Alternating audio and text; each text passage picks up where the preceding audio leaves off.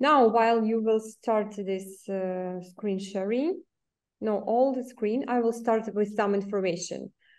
So please go down and go to the Ukrainian map. For those who don't follow the real situation in Ukraine, just I want you to see the map of occupied and retaking territories of Ukraine. The blue one is retaking, which was occupied before, and the red one is still occupied. We still have some problem and battlefield there. But it is important to remember that map when further analyzing the real estate market by region and the changes in prices and demand. Okay, let's go to the next slide. So the damage to housing facilities from the Russian invasion of Ukraine was estimated at $50 billion between February 24 last year and February 24 this year. So 1 year, $50 billion. Further, $36 billion were recorded in losses from damages to infrastructure. And the total war damage of Ukraine was estimated at $135 billion over that period. So, and now we have second year of war, so you can multiply these numbers, I think now 2 times. Next slide, please. As of the end of May 2023, the amount of direct damage to Ukraine's housing stock is more than 54 billion. This figure represents over a third of total direct damage to Ukraine's infrastructure and assets. Of the total amount of direct damage to the housing stock, the majority amounting, it's around 46 billion, came from destruction and damage to apartment buildings. According to the latest data, a total 18,600 such buildings were affected. 13,000 were damaged and 5,000 and a half were completely destroyed. More than 7 billion in direct damages were incurred as a result of destroyed and damaged private homes. Currently, there are more than 144,000 private homes, of which nearly 59,000 have been totally destroyed. Next, please.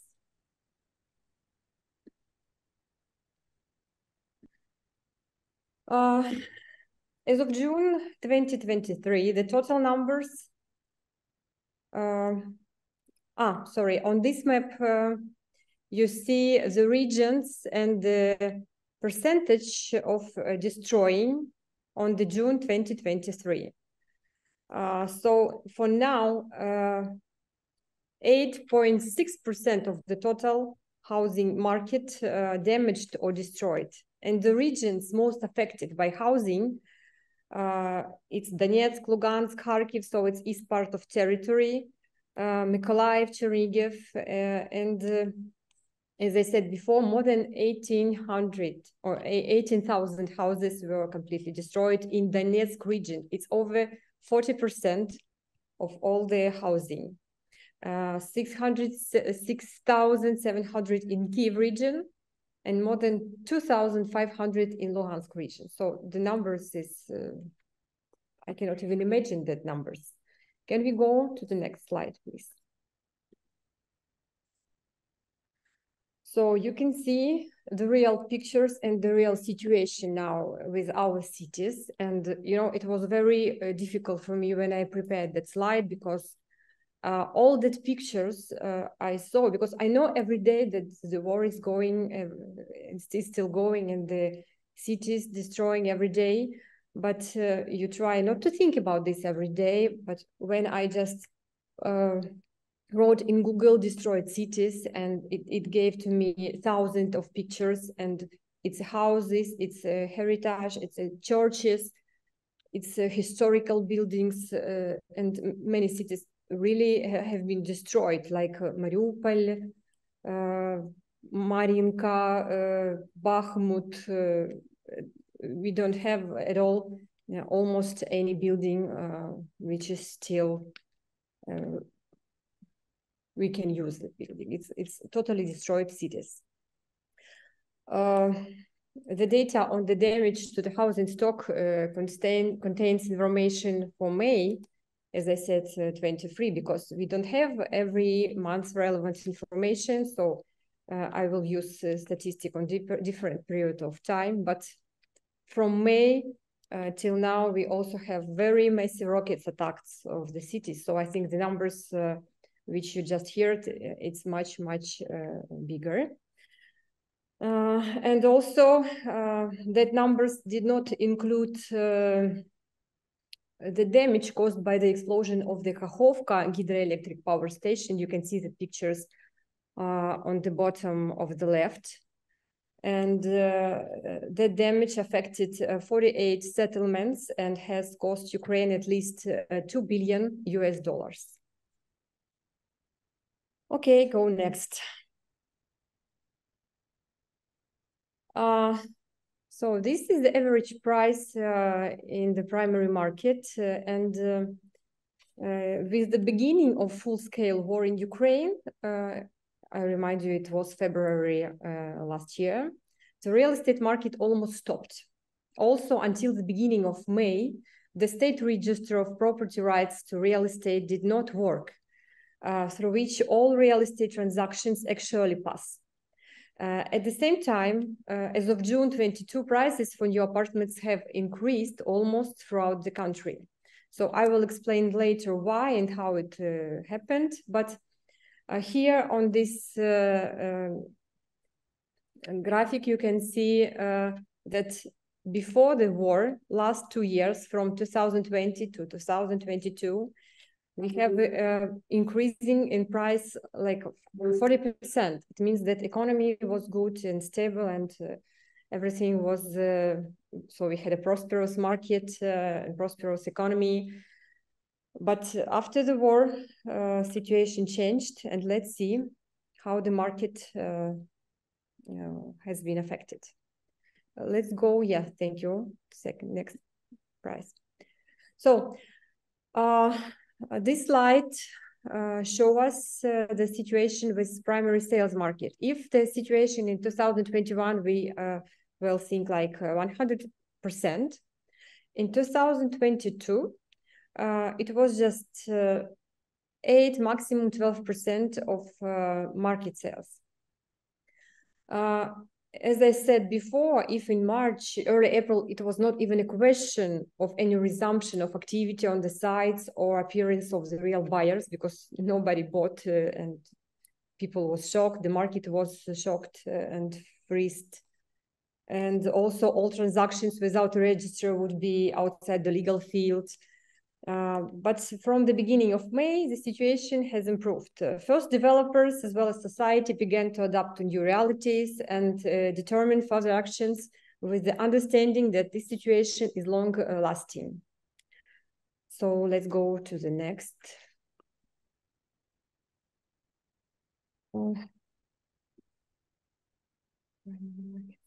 Yeah. So here you can see in which regions we had sales on the first year. So Kyiv and Odessa, 5.3% is very low for the capital and for Odessa region. But we have better sales in Western region, Lviv, Ivano-Frankivsk. It means that in region where it was relatively calm about military operations and missile attacks, construction and sales began to gradually recover. And as I said, this applies to the Western regions. And later Kyiv and Odessa joined the construction and sales. But this is not official data because, as I said, we don't have this official data. This was a survey of real estate developers. One of the portals did this survey and gave this information for us. So let's go to the next.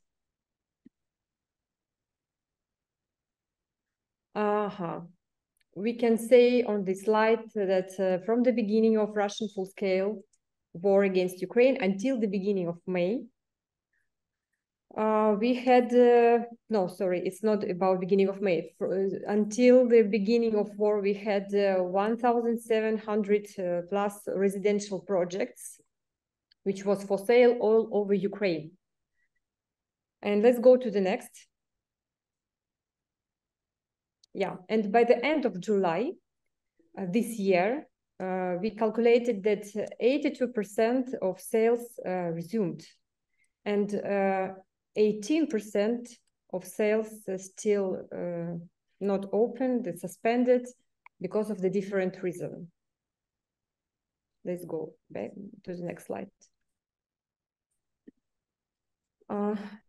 So on this slide, we see how the situation has changed and sales have resumed from month to month. In June 2022, we had only 62% of sales were open, become better and better, but still not 100% good. Okay, next.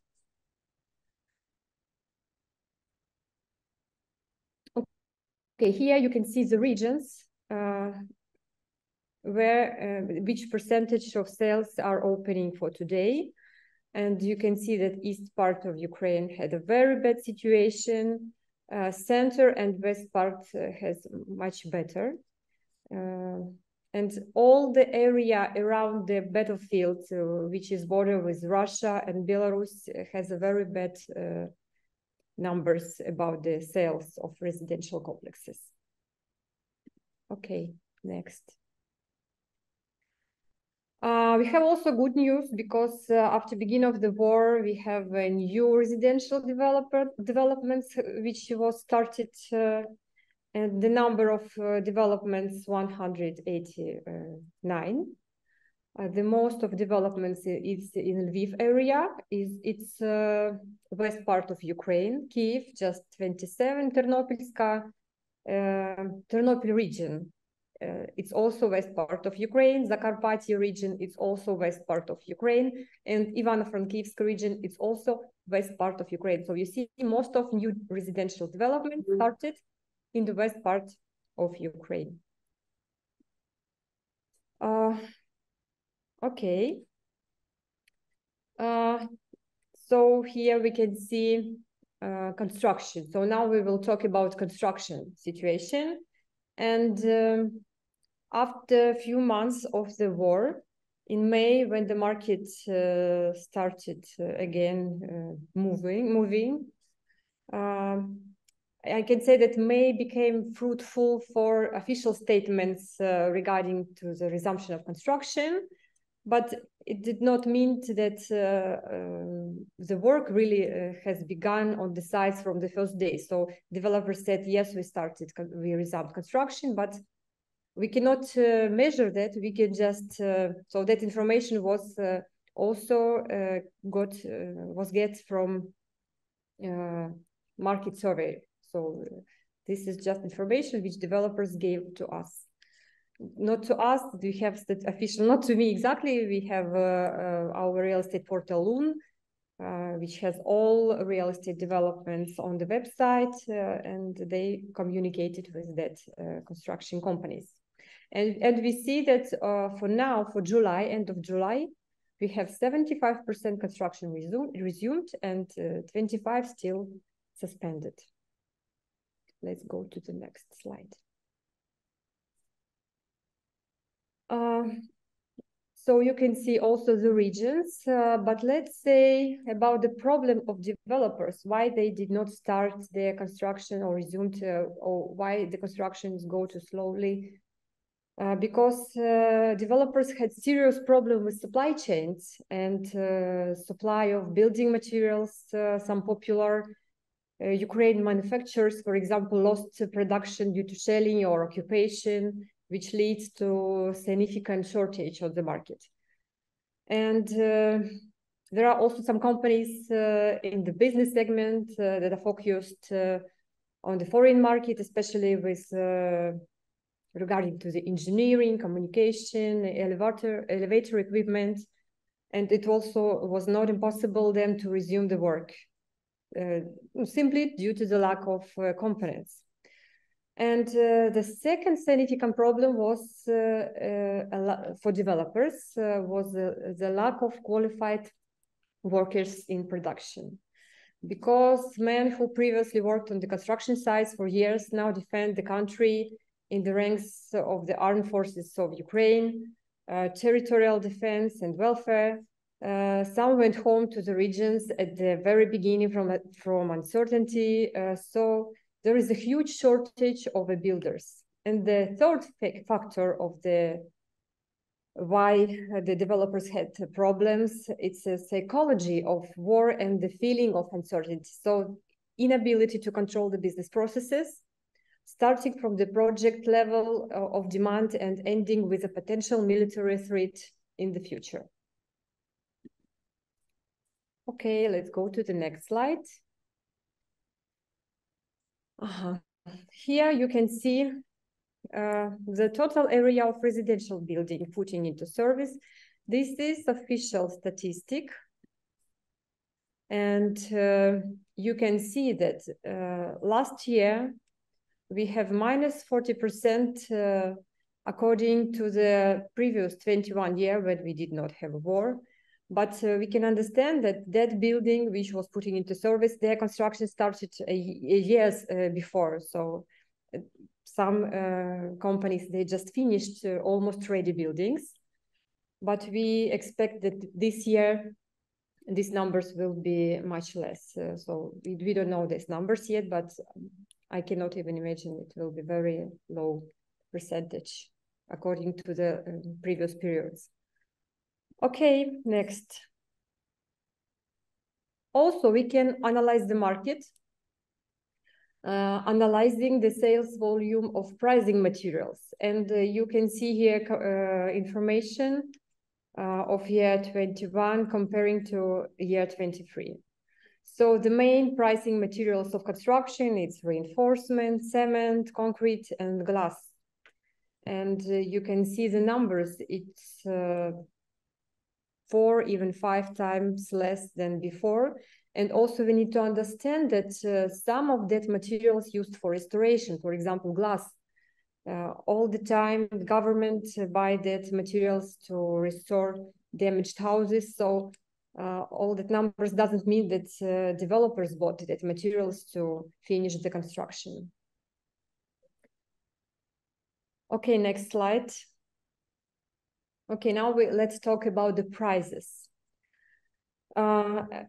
Here you can see the map of rental interest all over Ukraine. This information on July last year, but it's not changed a lot for this time. More or less it's the same.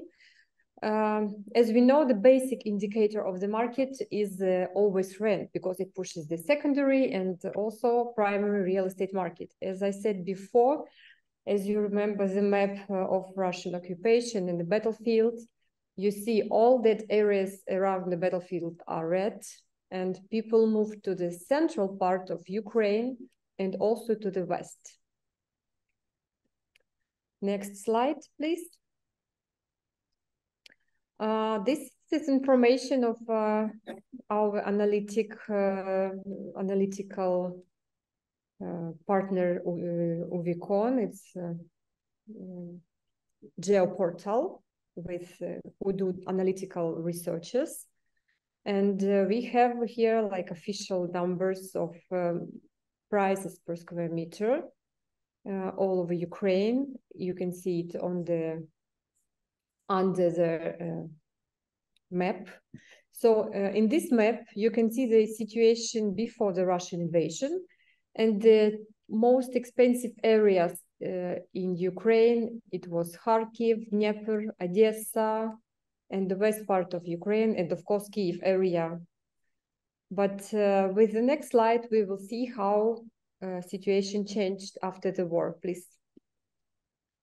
So now you see that the price per square meter dramatically changed for some regions like Kharkiv, like Sumy, because again, as I said, the regions which is border with Russia, now they don't have sales, they don't have rental market, and the prices go down. But at the same time, we see that the prices, the most expensive prices we still have in Dnipro region. Why? Because people from occupied territories, so they don't want to go So far, they prefer to stay closer to their homes. So that's why in Dnipro now many people go and stay for, they hope and believe to go back to their homes probably soon, and they don't want to go to the other part of Ukraine. And the rest, also the rest part, which has significant increasing in price, it's West Ukraine. You also can see this. And also I will talk about the prices on the west part of Ukraine on my next slides. Let's go to that. Okay, first Kiev. As you can see, this is the average prices in Kiev. And we can see that after the war, prices go up. You can see on the slide all the markets like a premium, comfort, business, economy, and we see that the premium market increased up very much, and the other markets as well. But let's find out why that happened. Go to the next slide. Next slide, please.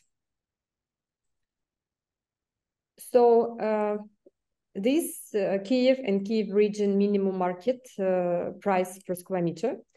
And since the war started, we see increasing in price on 33, 36%. But at the same time, you can see the rate of US dollar. It's also increased from the beginning of war by 36%. So we can say that prices in the region have not changed, because this changing just because of the rate changing. We have prices in yuan, in Ukrainian hryvnia, and they changed in hryvnias, but not in dollars. Next slide, please. At the same time, we have a different situation on the western region of Ukraine. We see here that the price increased by almost 80%, while the dollar exchange rate by 36%. And that means that the price of square meter in these cities has increased on average by 45%. This slide demonstrates the impact of internal migration on the real estate market, especially in cities close to the western border of Ukraine, Lviv, Uzhhorod, and Ivano-Frankivsk. That cities faced increased migration and rising housing price, despite lower incomes than Kiev. And I would express concern about housing market in Western Ukraine, where prices and rents looks overestimated. But I believe that in future, the situation will change and the prices will be like more,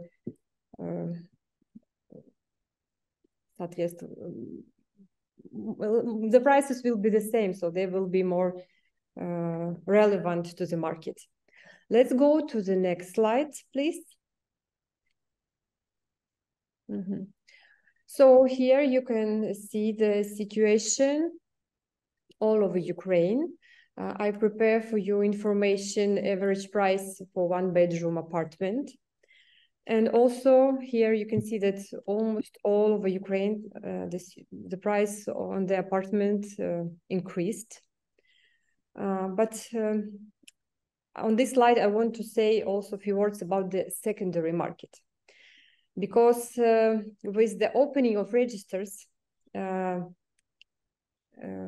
many people was like a pessimist about the market, but everything happened not like a pessimist drew, because they expected crazy price dumping and hysteria of the owners and drop in the price almost by 40–50% in Kiev. But in fact, that did not happen.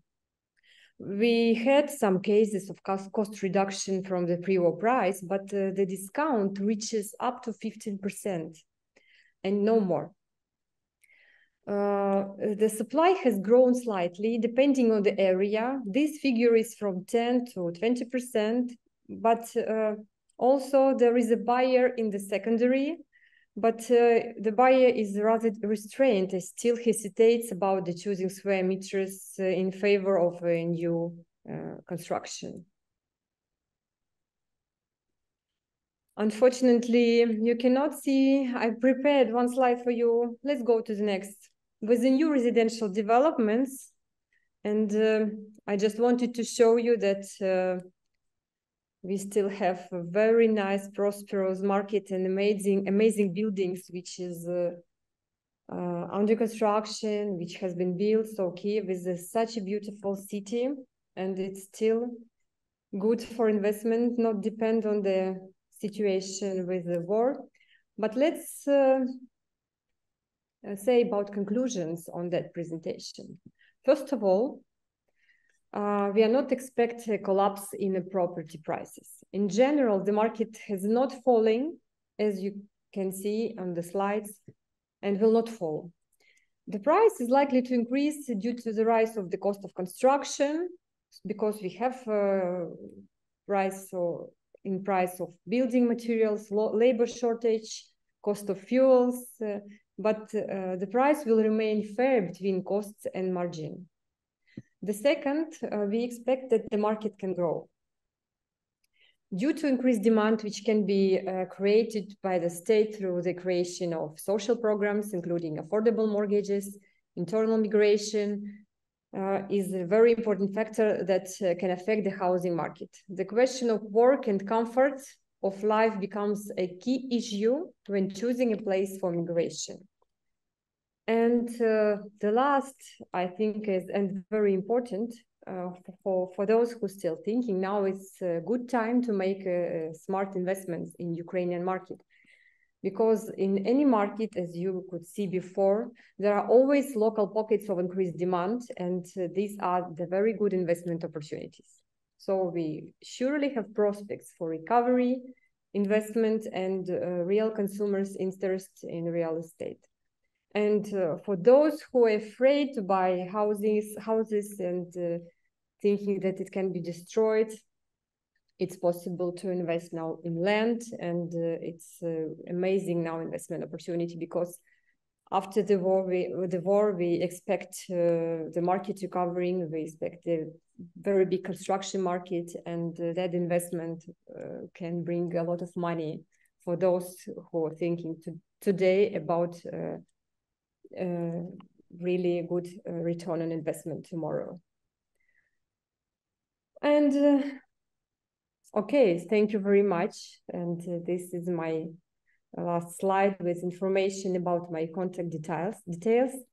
You can always ask me and contact me to ask about any information you want about the Ukrainian market. We can always provide you with good investment opportunities all over Ukraine. And also at the end of my presentation, I want to say thank you from all of Ukrainians for all the countries and all the people who support us. And this is very valuable for us. And we believe that very soon we have a quiet and prosperous country without the wars, and you can come as a guest to our country, as a tourist, as an investor. But as I said, better to be investor today than tomorrow, because today is more profitable. Mm-hmm.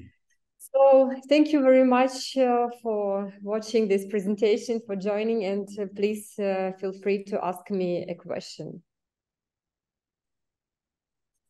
I have a question. Yes.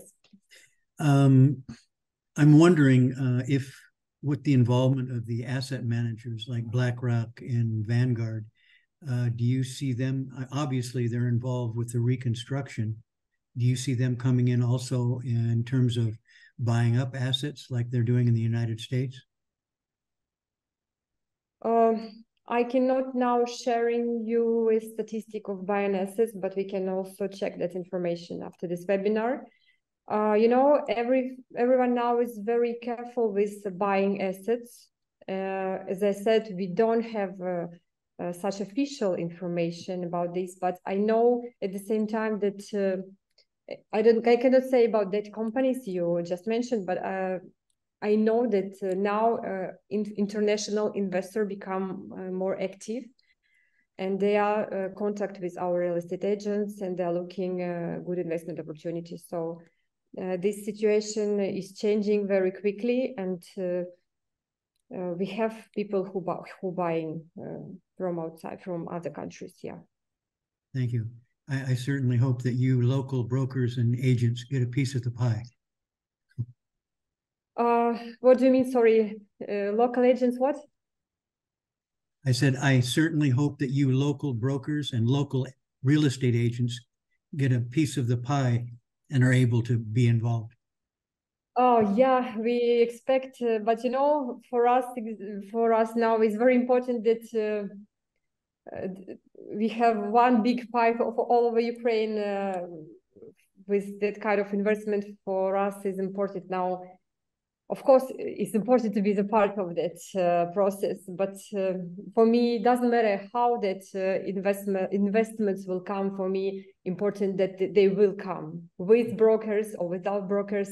I'm sure that we will have, all our brokers will have a lot of work when the reconstruction process will start it. With the migration, also our brokers has a lot of work, and it's just the beginning, but yeah, we really expect the big investment.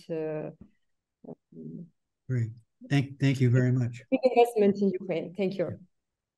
Antonio Barbosa had a question, but before I have to thank Ms.Koval for her huge effort for giving us such a lot of data, official and unofficial, but this has been a lot of work, very useful.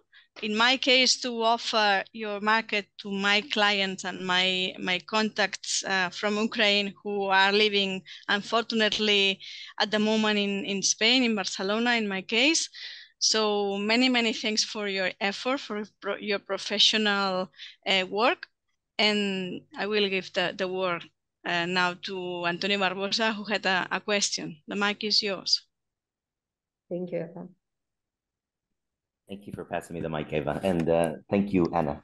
You're a rock star. And FIABCI USA here, but living in Portugal. It's Antonio here. And my question is, who are the buyers locally that's going to really kickstart the economy, get get it back? Or is it, do you have foreign buyers? And if it is, where are they coming from? Thank you. Mm-hmm. You asked me about the local buyers, yes? Ukrainian buyers who are buying now, invest in real estate. Yes, well, I'm sure that's your biggest market, is always the local market, but I'm more curious about the foreign buyers. It's always but where the foreign buyers are coming from. No, first of all, I want to say about our people. They have a lot of different statistics. We have around 60 to 80 billion US dollars of their money in the pocket. So they are waiting the time to invest. And also we have a new segment, new market, which we got after the war. It's our soldiers. They have very big salaries according to the other medium salary in Ukraine, because our medium salary like around 600 US dollars, but our soldiers getting 3,000 more or less, and this will be also the good segment of buyers for the next periods. And I'm just talking now about local market. And the third, many people, they lost the houses, they lost businesses. So internal migration is very high now in Ukraine. And of course, most of that people, they are renting apartment, not buying, but some percentage, they invest in real estate. As for the international buyers, I can not say such a statistic right now, but I already know that people which we had deal before, so we know some investors from Israel, from US markets, from Europe, who are interested and looking for the good investment opportunities. So if you got the answer on your question, I hope. Yes, thank you.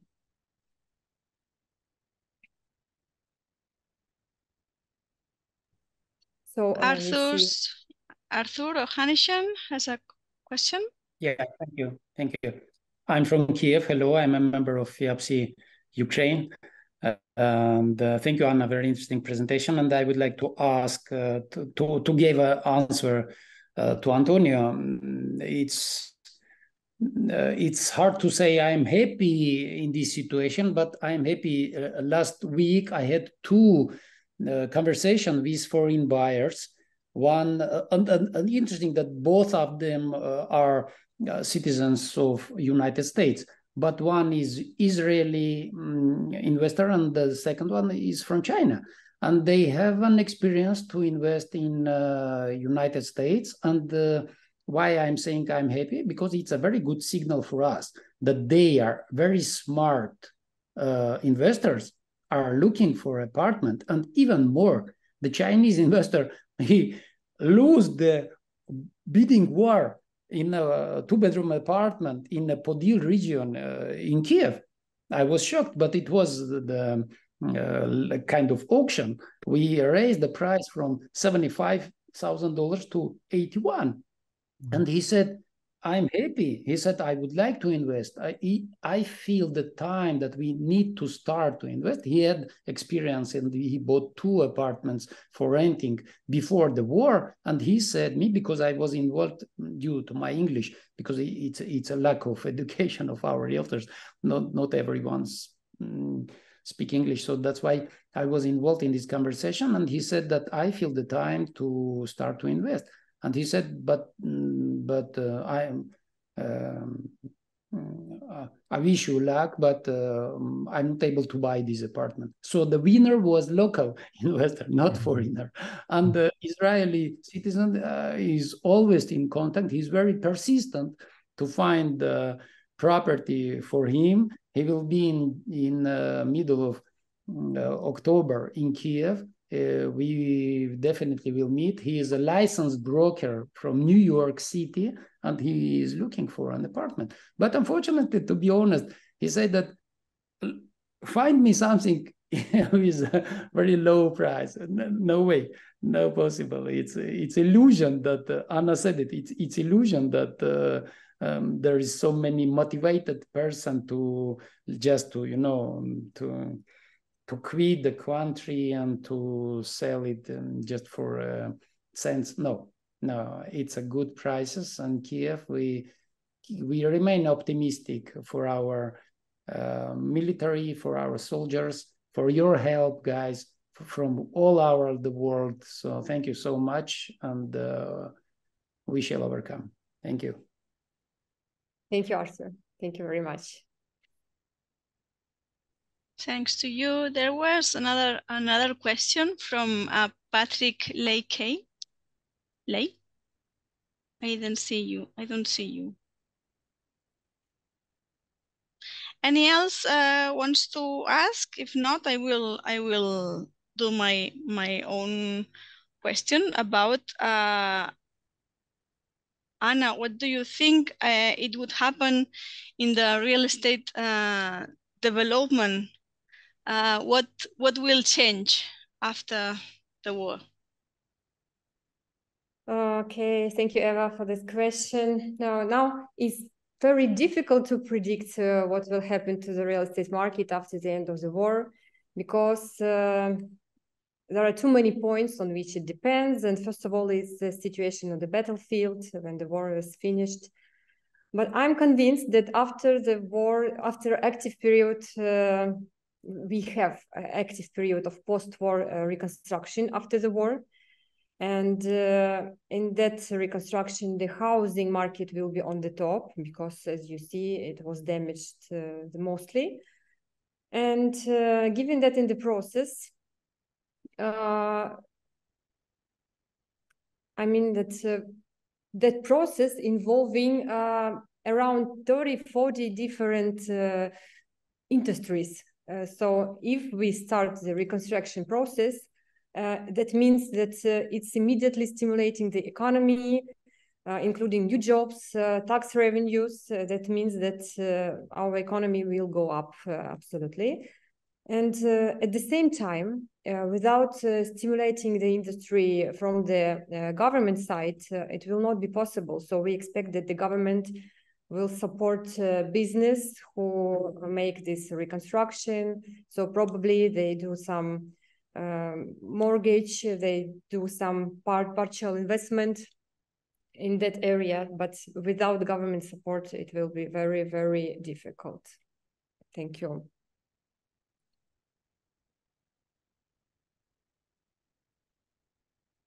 Is there any question else? Nobody. Okay. What would you want you ask?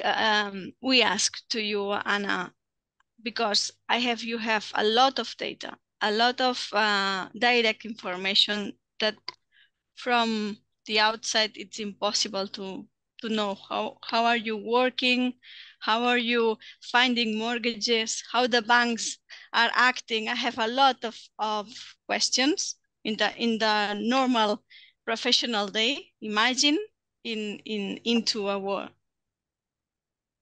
Yes, of course, and the role of the local agent is very important. So we always say that if you want to invest in real estate, you can always contact with FIABCI-Ukraine chapter, and we will provide you with the best real estate agents who can give you all that information, who can help you to find a really good and make a really good investment. So please feel free. We have many very high-level professionals in our chapter, and we are ready to help investors to come to our country. There is a question into the chat asking about the if there are some kind of insurance about war consequences in the buildings or something like that. You know, if there is such an insurance, we should have all insurance for all over the country. So one insurance for one country. That is not, it's not possible right now, because the damages, and you have seen how much money we are losing every day with destroying our cities. It's a billions of dollars, and any insurance company will act in that period. That's why, unfortunately not, but for those who are afraid of that kind of investment to buy an apartment and to get later destroying place, it's easily to invest in land. It never can be destroyed.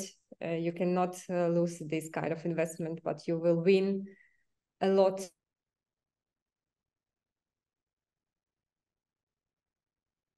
In months, not years, but anyway, now you have really good time and opportunity to buy. Because if you remember my presentation, yes, the prices increased in Kyiv on 30%, 30 something. The dollar increased on 30%. So the price did not change, but the materials changed, increased in price around 30-40%. That means the new developments, they'll take that into consideration and they'll raise the price again. But existing developments, they are still in very, I cannot say affordable, yeah, it's very affordable price because of now all that not took into consideration, not took into the price yet. So now the price 30% cheaper because of the rise of the material cost. We can say like this, but normally the price is strong. The Ukrainians are strong, and the market is also going to be strong. Thank you. Thanks to you. Any question more? If not, we should close this webinar. Not before to thank again Anna Koval, all the colleagues that are connected from Ukraine, but all over the world. I think in some places it's very, very early in the morning or in the afternoon, but it doesn't matter the clock in FIABCI. Okay, give you 10 seconds to ask any question, and I will give you the final words to you, to Anna, to say goodbye. And okay, I have another message. Let me check. Just people say No, thanks. Yes. I would like to say one more time, thanks to everyone. Thank you, Eva. Thanks to Mr. Sopon for organizing this very important webinar for us and to give us such an opportunity to share that information. Thank you to everyone who joined this today webinar and for your questions and for your support. We feel this support every day. We get this support from you. And we value this very, very much because after the war started, we realized that FIABCI is really big family which support each other and ready to be always close if we have some problem. We have many of our members abroad and we get this support every day. So, and at the end, I want to say again that we believe in our soon victory. We believe in our country. We believe in our people, in our market. And you are all welcome to visit us very, very soon, with or without investors. But I believe that it will happen earliest days. Thank you very much.